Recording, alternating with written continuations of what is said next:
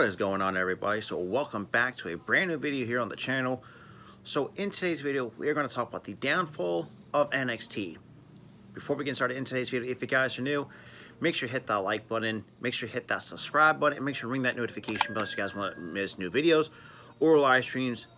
But with that being said, let's jump right into the video. What is going on, everybody? So obviously today we're going to talk about the downfall of NXT and what the hell's what went wrong with it. So that being said, obviously, you know, NXT nowadays, it's kind of hard to get into, especially how the shows are getting produced each and every week.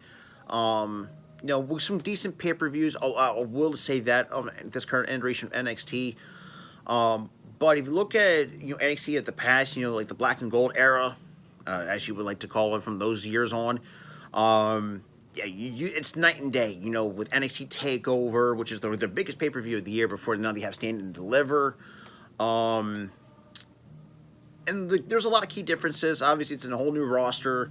Obviously, they're still kind of trying to come out of that NXT 2.0 phase, and let's be real, NXT 2.0, how do I put this delicately? It was fucking awful, for lack of a better term. NXT 2.0 pretty much killed that brand automatically, and ever since up to this point for NXT, they cannot. It's too far past saving, since you know because of Vince McMahon and Bruce Pritchard, who got their hands on it and pretty much ruined everything that was NXT. Now, people a lot of them remember NXT from, you know, as, you know, the developmental brand, you know, to see guys, you know, that were the next upcoming stars, you know, guys like Johnny Gargano, Tommaso Ciampa, and many others coming up from the black and gold era. You know, Adam Cole before he left, you know, the rest of Undisputed Era before they left.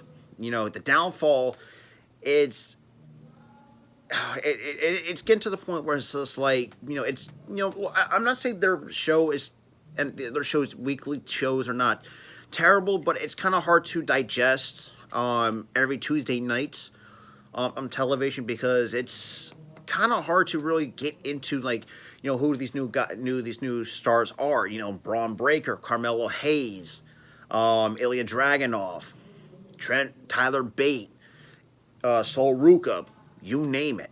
It's a whole new roster, and it's, you know, and like I said before, and, you know, many people tell you, you know, it's too far past saving, and it hasn't really recovered from that 2.0, and it is kind of sad. I mean, NXT, for the longest time during the black and gold era, was, you know, a top, in terms of, you talk about the brand, you know, in terms of the brands of the WWE, was the most talked about, because they actually know how to put on a good product compared to the main roster. Now it's, well, lack of a better term, it's still, like I mentioned, hasn't really recovered.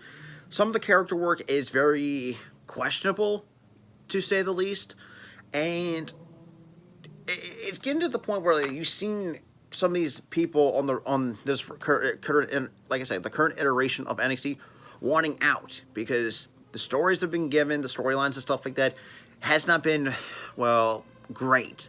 And you see, like, these cheesy romance stuff, you know, with, like, you know, Brooks and Jensen, like this weird kind of group with Chase U, and if the guy called to the main roster, it's definitely jobber status, easy, hands down.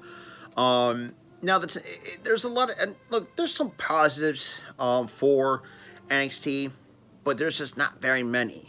And that's what I'm saying. You know, NXT, you know, one can make the argument that NXT, you know, is figuratively dead. You know, because, like I said, Vince McMahon and Bruce Pritchard were the two main culprits. You know, ruined what Triple H had going, you know, almost you know, almost a decade ago. And that should tell you, like, change over time, and the way how NXT has been didn't sit well with a lot of people, and it's pathetic. You know, this team, this brand, for the longest time, had better, you know, weekly shows, better pay-per-views, had a really phenomenal roster of guys. Like I said, you know, Johnny Gargano, Tommaso Ciampa, you know, Adam Cole, Bobby Fish, the entire Undisputed Era. There was a lot of guys, you know, coming up from the black and gold NXT brand.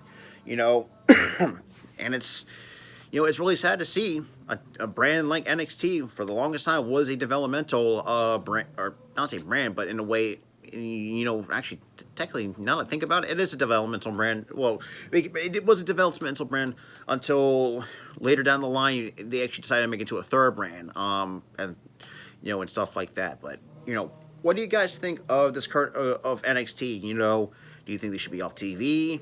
You know, is it really too far past saving at this point for this brand?